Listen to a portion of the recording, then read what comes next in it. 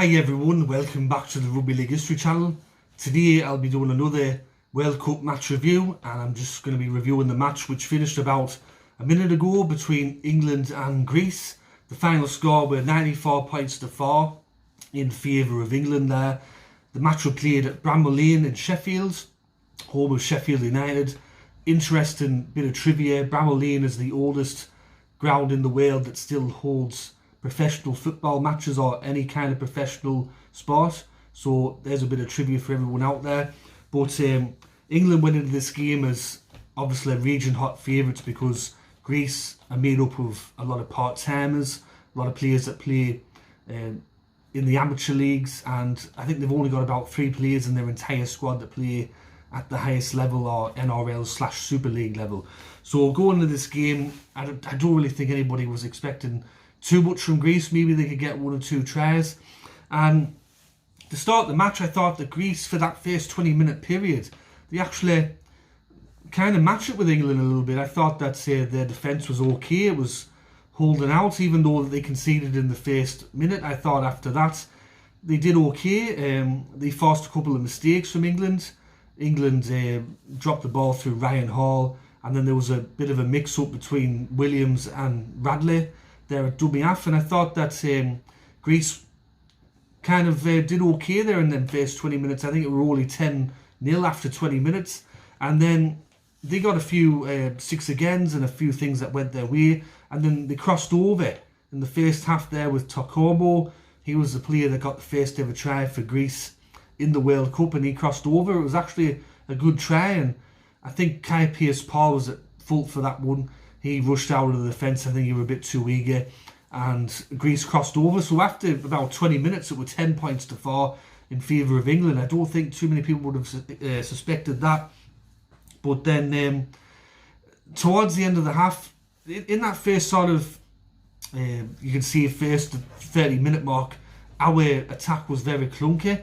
We didn't look as good as we did against Samoa, obviously, and we didn't look as good as we were against France. But then after about the 30-minute mark, that's when we really started to click into gear. There was a really good try that Mark Sneed set up for Ryan Hall. It was a lovely kick, went down the field, and it was just inch perfect, and Ryan Hall scored. And then after that, it just seemed like the momentum just went 100% our way, and I think we scored about 3 or 4 tries in the space of about 10 minutes. Dominic Young went into the halftime break with 4 tries to his name, and the halftime score was 44 points to 4 in favour of England.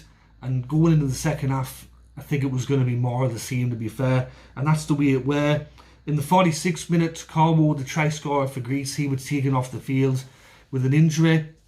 Radley didn't return for the second half as well. It looked like he hyperextended his elbow, and just after that, it just seemed like that whole second half, it was just all England. I think Greece rarely touched the ball. I think they might have got about 3 or 4 sets. 2 of them were near our goal line. We managed to hold them out. For the rest of the game, it was just attack, attack, attack. There were about 11 different try scorers in this match for England, and I think Mark Sneed kicked about 12 or 13 goals out of about 16 attempts.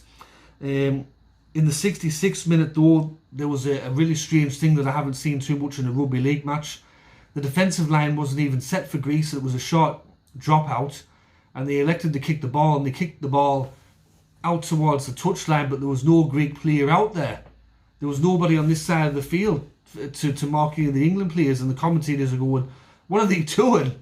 But luckily they managed to save that from being a try. So in the end, at the end of the match, Mark Sneed was named man of the match by the judges that judge who's going to finish man of the match or not. So we got the man of the match today. 94 points to 4 was the full-time score at Bramall Lane there. There were a moment about 2 or 3 minutes before full-time where England crossed over for a try that probably would have made it 100 points to 4, but that was ruled out due to one of our players being offside.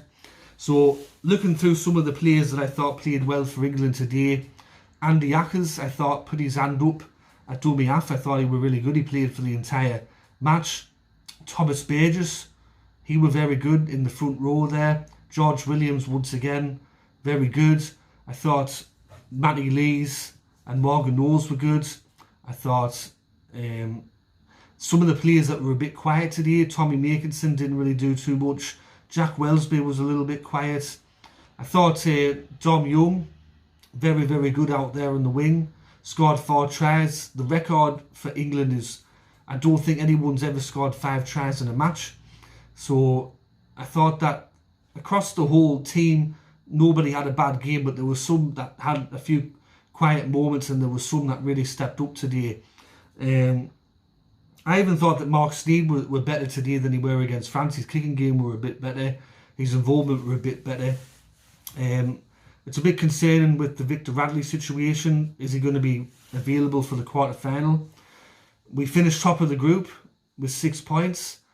England will play the winner of the runner-up of the other group, and we'll either play Cook Islands or Papua New Guinea. At this stage, it's looking like Papua New Guinea as the side that will be playing in the quarter-final. I thought that throughout the entire match, I thought we were a bit more on today than we were against France, but there was still a couple of moments there where we switched off, gave away some daft penalties, lost the ball. I thought that the crowd today at Bramall Lane were all right. I thought that from reports, I thought they said there were going to be 20 to 25,000 there, but only, I think Bramall Lane holds about 30,000. So I'm guessing from my estimate that there was probably about 10,000 people there, which is a bit disappointing. But Sheffield is a non-rugby league town. Let's face it. It's a football mad town. And you did have Sheffield Wednesday playing down the road today at the other stadium, Hillsborough. Sheffield United were on the road against West Bromwich Albion, so they were playing at the same time that this match were underway. So in the end, 94 points to 4. England did what they had to do, and as for Greece, I mean, what can you say? They're a team made up of part-timers, amateurs. They tried their best, but unfortunately, when you're up against people that play the game professionally and at the highest level for year on end, you're just always going to come off second best. So anyways, this has been my review of the England against Greece match. It finished 94 points to 4 at Bramall Lane. I hope you enjoyed this review. If you did, let me know in the comment section below, and let me know who you thought England's best players were and Greece's best players were. Anyway, this has been Rugby League History. I'll catch us all later in the next video, which will be the vlog tomorrow between Cook Islands and Tonga. Alright, catch us all later everyone. Ta-ra.